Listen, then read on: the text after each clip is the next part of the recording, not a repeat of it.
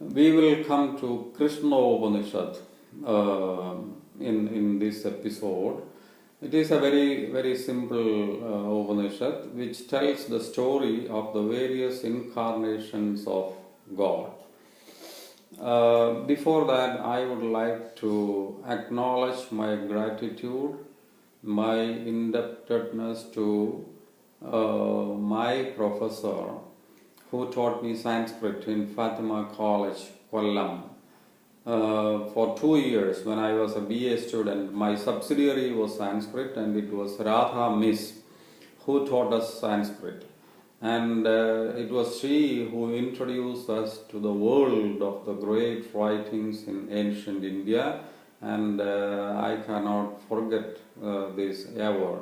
So it is because of her that I developed my interest in the Vedic writings and the Sanskrit writings, and I pursued my research in ancient Indian Alangara Shastra and Vedas, Upanishads, etc. So I am so grateful to my teacher, and I acknowledge that here, as I am dealing with all the Upanishads here in these episodes. Krishna Upanishad teaches us a great lesson. Gods are very much concerned about the earth. Gods means various avataras of God.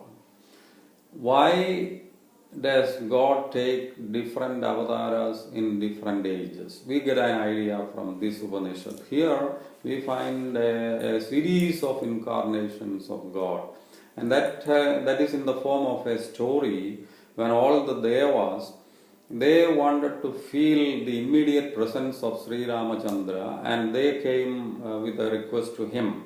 And they said they were ready to be born again upon the earth if they were granted a wish. If they were born again, they should be able to feel the presence of Sri Ramachandra, and they should be born as Gopikas and Gopins, as cowherds. So Sri Ramachandra was very pleased, and we know that he comes as Sri Krishna, and the very Vaikuntha was recreated as Gokula in this world, and the wishes of the Devas were granted. So they were very happy, and it was the Devas who were reborn as Govans and Gopikas. And we get a very interesting statement about the 16,008 wives of Sri Krishna. Actually, this is a misnomer. This is a misunderstanding. This Upanishad clearly teaches us that is only a reference to the various Upanishads and the Vedas. So that is only a metaphoric usage. It is a figurative statement about 16,008 wives. Actually, these are not wives, but these are nothing but our Upanishads and the Vedas. And we understand that the avatara of Krishna was to destroy all the evil forces upon the world. So when the evils go or take monstrous proportions, God will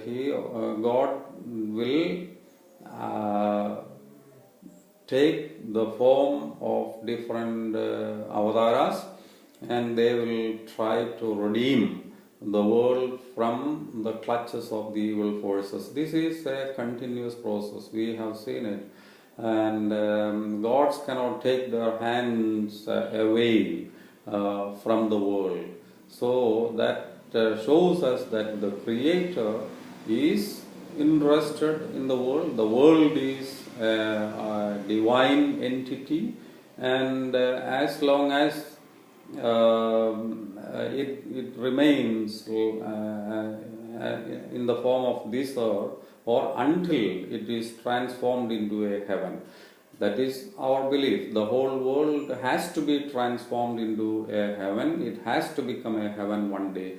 Until that period, there will be so many interventions from heaven.